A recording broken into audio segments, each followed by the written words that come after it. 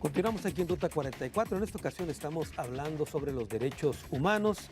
Hace un momento, Fernando Zambrano, estábamos intentando explicar, digamos, este tema de los derechos humanos para que la gente le quede claro que no se puede, por ejemplo, violentar derechos humanos entre particulares, por lo menos no acudir ante la Comisión de Derechos Humanos. Sí, sin embargo, Carlos, déjame comentarte que en ese aspecto la Comisión Estatal de Derechos Humanos ha tenido a bien, desde que se fundó, de originar que independientemente cuando acude el ciudadano a plantearnos un problema de entre particulares, el cual, como bien lo señalas, no es competencia, porque hay que recordar que la competencia de las comisiones públicas es en cualquier acto o omisión de un servidor público estatal, municipal, y en su caso federal, que en este caso, aunque no tenemos competencia, la mandamos a la nacional. Sí. Sin embargo, cuando nos plantean un asunto particular, lo escuchamos y lo derivamos a la institución que, de acuerdo a la problemática, consideramos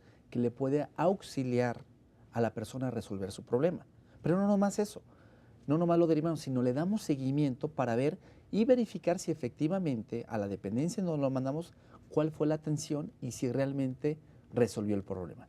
En el supuesto que una vez derivado tengamos conocimiento de que no lo trataron bien, no le resolvieron el problema siendo competente para ello, pues evidentemente ahí sí tenemos competencia, Claro. Iniciamos la queja inclusive de oficio. Ahora, te quiero preguntar, el marco legal en el que se desenvuelven los derechos humanos, las comisiones en México, también ha sido cuestionado en el sentido de que emiten, por ejemplo, recomendaciones, que tienen resoluciones que no son vinculatorias necesariamente con las resoluciones que estén obligados, vamos, el sujeto a cumplirla. En este caso, ¿qué decir al respecto, Fernando? Bueno, mira, fíjate que ha sido un tema que constantemente, visto de cualquier ángulo, visto desde el aspecto académico, desde el servicio público, desde la sociedad en general, existen dos posturas, dos corrientes, por decirlo así.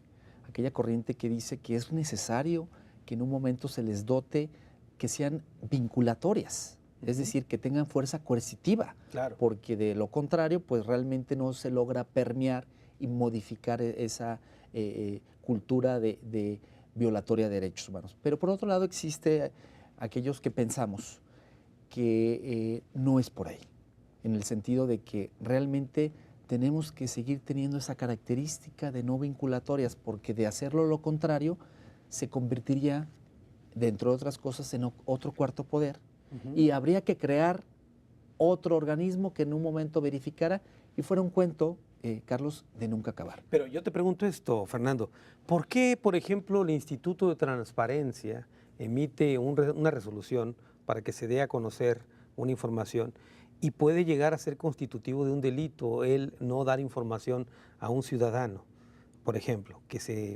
un abuso de autoridad, etcétera, etcétera? ¿Y por qué no en una materia tan delicada como derechos humanos se pudiera vincular esto? Habrá que hacer una reflexión al respecto y, bueno, desde mi punto de vista muy particular, creo que son cuestiones que dependen de el tiempo.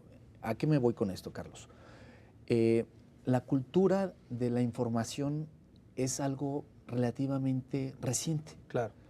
Y al ser reciente, para modo de que en un momento cumpla la expectativa, necesariamente tienes que crear una coercibilidad para que pueda cumplirse. De otro lado, no puede llegar. Sin en cambio, los derechos humanos, como ya lo comentamos, desde la antigüedad, de los tiempos históricos, ha ido evolucionando a manera a veces lenta, a maneras un poquito más rápida, pero ya existe una cultura de mayor difusión.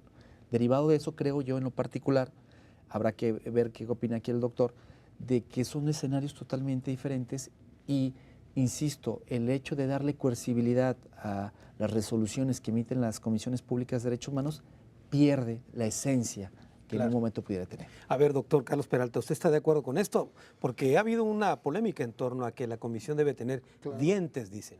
Por supuesto, y de hecho se refleja en las modificaciones que se acaban de hacer constitucionales.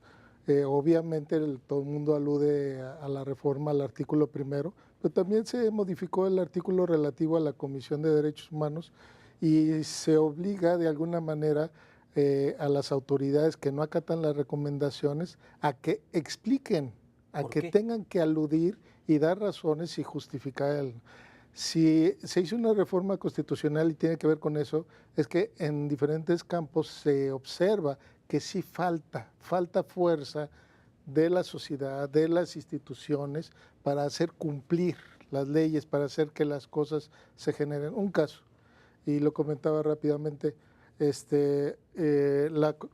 tema de la tortura en Jalisco. Tenemos una ley muy vieja de la tortura en Jalisco, pues de los años, principios del 2000, 2003 me parece que es. Esta ley pues es revolucionaria para su tiempo, es buena ley, y la pregunta es, ¿cuánta gente ha sido juzgada por tortura en Jalisco? ¿Cuánta gente ha sido sentenciada por tortura en Jalisco? Ninguna. Bueno, a menos que me pueda aquí desmentir, pero ninguna persona, autoridad de ningún nivel ha sido llevada a...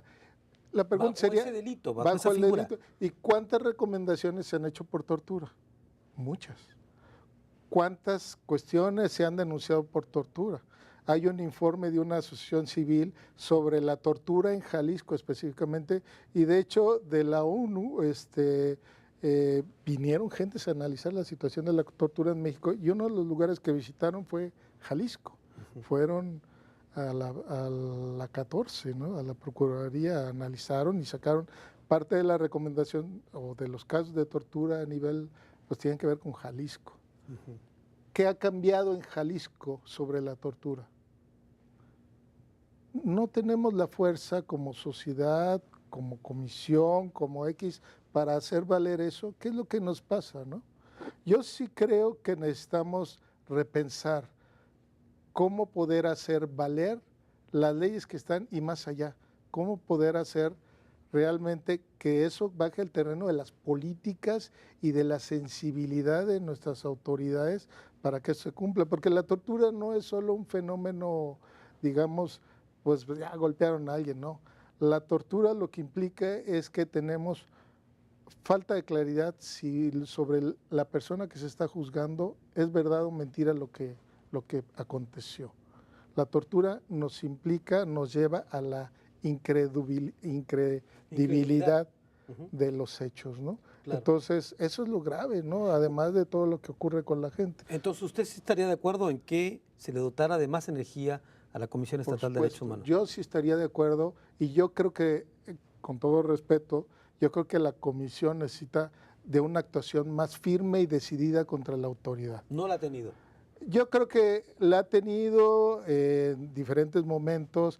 Hay recomendaciones que son muy buenas, que ha plantado muy, muy bien, pero sin embargo yo creo que hay muchas recomendaciones que pasan desapercibidas. A ver, para hechos, como dicen los diputados, Fernando.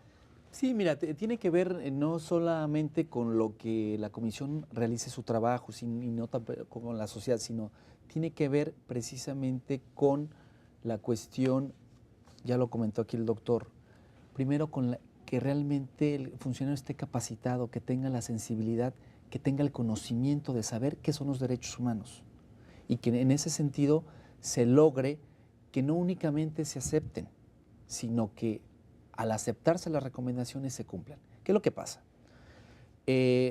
Por darte un ejemplo, a la Procuraduría General de Justicia, la entonces, hoy llamada Fiscalía Central, en el tiempo que fungía como Procuraduría, obviamente fue de las instituciones a que se le dirigieron más recomendaciones. En total se le dirigieron, en un periodo de 6 años, se le dirigieron 59 recomendaciones. De esas 59, Carlos, en 17 de ellas, la Comisión Estatal de Derechos Humanos acreditó tortura, lo cual es difícil. Y es difícil. A ver, Fernando, perdóname, pero tengo que torturarte con una pausa.